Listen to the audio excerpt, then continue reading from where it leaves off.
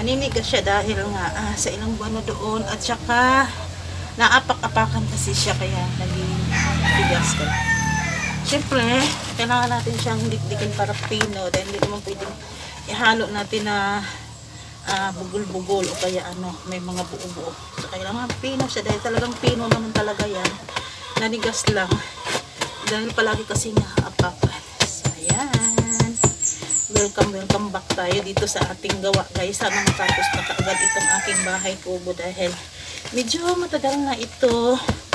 Sana ako na lang ang nagmano-mano nagagawa. At natapos na akong mag-coating dito sa loob. Ngayon ay malapit ko na rin matapos sa labas. Nag-coating na ako sa labas. At yun ang ipapakita ko sa inyo mamaya. So ito nga siya ay matigas. Dahil nanigas siya, ayan. So kailangan ko siyang dikdikin ng martilyo para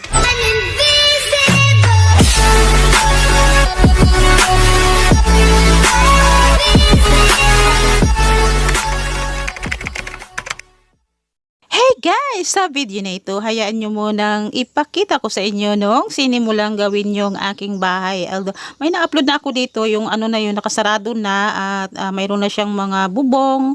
Tapos may wall na ito dito. Ito yung pag-uumpisa nung wala pa talaga siyang bubong, wala pa siyang So, ayan yung may mga naka-layout na dyan namang yung mga puti na yan, yung nakatayo na yan na semento. Ayan kasi yung paglilioutan ng paglalagyan ng mga hollow block. Ayan guys. So sa video na ito guys, itong time na to na ay malapit nang maubos itong pera ko guys. Pero ayoko kasi maubos lang yung pera ko na wala talagang magawa. So nagsikap talaga ako na kahit papaano bago maubos ay talagang talaga ako na mayroong magawa sa bahay ko na kahit kunti lang. So sila ay na-hire ko itong mga trabahante na to guys ay mga mga pakyawan kasi wala talaga akong mahanap na panday noon o yung gagawa talaga ng aking bahay hanggang sa malapit na lang maubos yung pera ko. Kaya napilitan akong magbayad sa kanila ng itong mga trabahante nito ay nagbayad sa kanila ng pakyawan. Binayaran ko sila ng 3,000. Ayan, para lang mag-file ng hollow block. Kasi nga marami sila at sila din naman kasi ay may mga trabaho. Kaya parang rush lang yung paggagawa nila. Kaya marami sila kasi nga para madali lang talagang matapos. So natapos yata nila isang gabi lang. So nag-start sila ng gabi at ilang oras lang din kasi nga marami sila. Kaya ayun, binayaran ko sila ng 3,000 para lang doon sa pag-file ng hollow block. Ayan.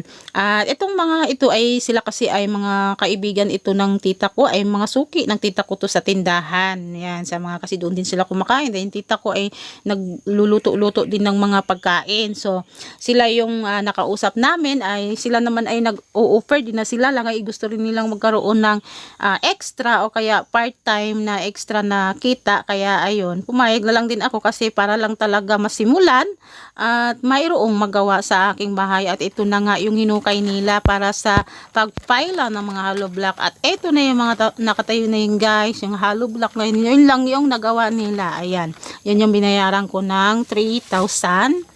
At kulang pa yan guys dahil kinapos ako sa mga materials guys. So ayan, dahil kinapos ako, hindi nila natapos yung part ng mga 2 tayuan pa yata. At ang ginawa ko na lang nung nagkapera na ako ay bumili na lang ako ng paunti-unti na mga hollow block, simento, buhangin, kung ano-ano pa na para makapag-umpisa rin ako na yung DIY na lang. So siyang aabot lang din ng aking makakaya guys. At alam nyo namang hindi naman talaga ako construction at medyo nahirapan ako dito kasi dito ay sobrang init po at hindi naman talaga biro ang mag-construction worker. Sobrang init at ang hirap magmasa.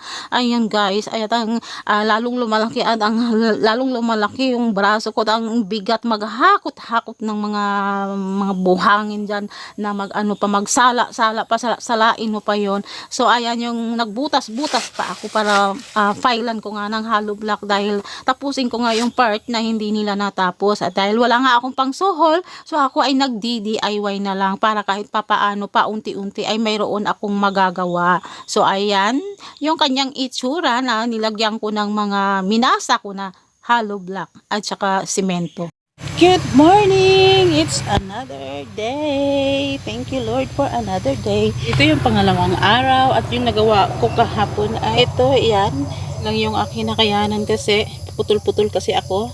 Hindi tuloy-tuloy yung paggawa ko kasi nga, ayan, sumusuko tayo sa sobrang init. Ayan, yung nagawa ko lang ay 3 patong na hollow block. Pinakauna ay tinulungan ako dito sa kapitbahay kasi medyo tabingi yung paglalagay ko. Kaya siya yung nag-aayos nito yun sa pinakailalim. Itong hollow block kasi mali yung paglalagay ko. So sinundan ko na lang siya. Ayan, maraming salamat sa kapitbahay na concern sa aking ginawang pagpatong na hollow block dahil nga tabingi. So ngayon ay, since 3 hollow block na siya, papatungan daw natin siya ng horizontal. Ayun, kailangan natin ng bakal. Ayan, may pinutol na ako na bakal. Ayan, at yung ginawa kong butas since wala tayong barina, ayan, gumamit na lang ako ng pako. Ito yung ginamit kong pako para butasan to. Ayan, nagkamali ako sa isa, lagyan ko na lang siya ng tapal na simento. Ayan, kasi hindi pala dito, hindi. So nagkamali ako, ayan, nabutasan ko siya dito. So dito pala talaga. Ayan, ito lang yung ginamit ko, itong pako na to, kasi nga kailangan sana ng barina. So para lang kasi ito isusuksok natin dito, itong pinutol natin na bakal para sa kanyang horizontal na 3 patong na hollow block. So kailangan kasi ng horizontal na bakal. Ayan, kailangan natin siyang isuksok. Kaya binutasan ko siya ng konti dito. Hindi ko alam, hindi pa sapat yan. Kaso lang, wala kasi tayong barina. Kaya, ayan, ganito na lang muna. So nagputol ako ng ganito. Ito. Nagputol ako para itatali ko siya dito sa horizontal na bakal. Ayan, itatali lang natin siya ng ganyan. Ayan, tapos na ako magmasa. Ayun, halo-haloin ko lang mamaya.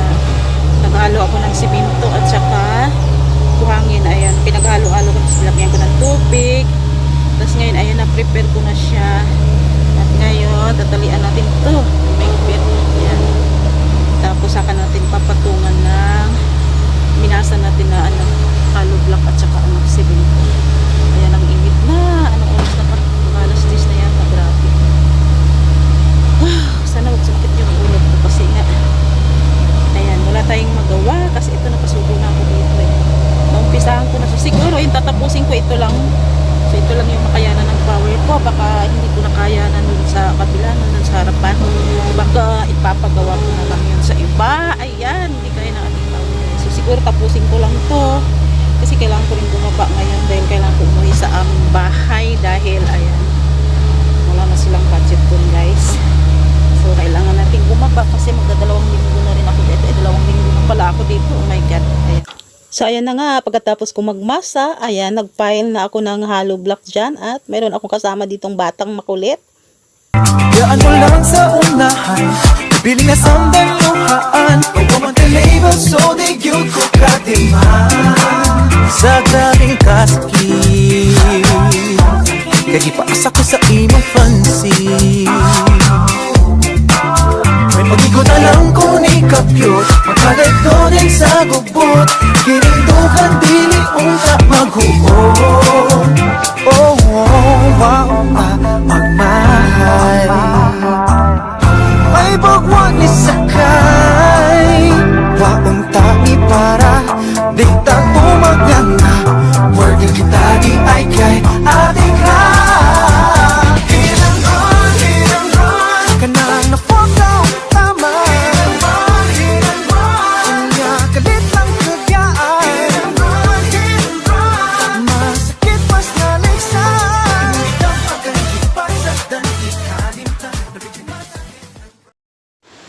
Ay, tsyada! Ito na yung aking na-file na hollow block, guys. At ito, ayan, kahit pa paano, ay, ayan yung pintuan ko, kunwari. Ayan, pintuan ko palabas. At dyan ako maglalagay ng, pag may, plano ko na kusina pa na, dyan ako magluluto o yung paglulutuan ba. So, ayan yung na-file ko na hollow block, ay yung sa abot lang ng aking nakayanan, guys. At, ay naku, ang sobrang init pala talaga at ayan. At dito, itong time na to ay tinapos ko lang muna itong portion na to kasi kailangan ko ditong tapusin din. Kailangan kong umuwi muna pang samantala sa amin dahil ay mga ilang linggo na rin ako dito. So, ayan yung kulang. Yung portion na to na hindi ko natapos at sinali ko na sa suhol. Ay, guys, ayan lang ang nakayanan ng aking power.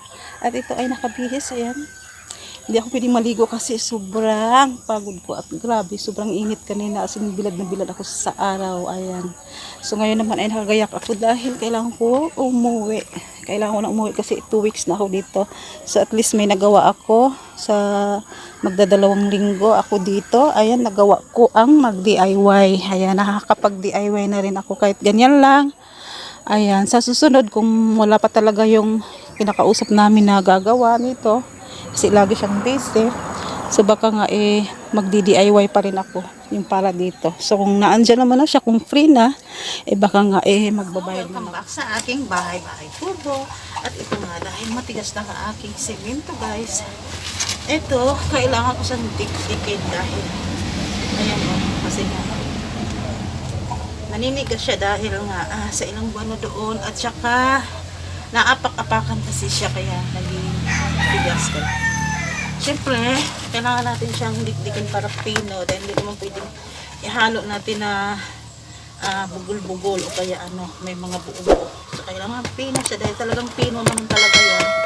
Nanigas lang dahil palagi kasi naapakan. So, ayan. Welcome back tayo dito sa ating gawa guys. Sana matapos na kaagad itong aking bahay kubo dahil medyo matagal na ito. Sana ako na lang ang nagmano-mano nagagawa. At natapos na akong mag-coating dito sa loob. Ngayon ay malapit ko na rin matapos sa labas. Nag-coating na ako sa labas. At yun ay ipakita ko sa inyo mamaya. So ito man siya ay matigas dahil hindi na siya Pili ko ikaw pasangil, kanimo kong para sa lain. Dito guys, mga ilang buwan din ako bago nakabalik at ito nga ay binalikan ko at kukuting na ako yung mga ipinail ko ng mga hollow block. Tribute itong time na to ay wala na yung aking mahal na papa. At ito nga yung nagawa nung nalagyan na siya ng bubong nung nagkaroon ako ng konting budget. Thanks for watching guys.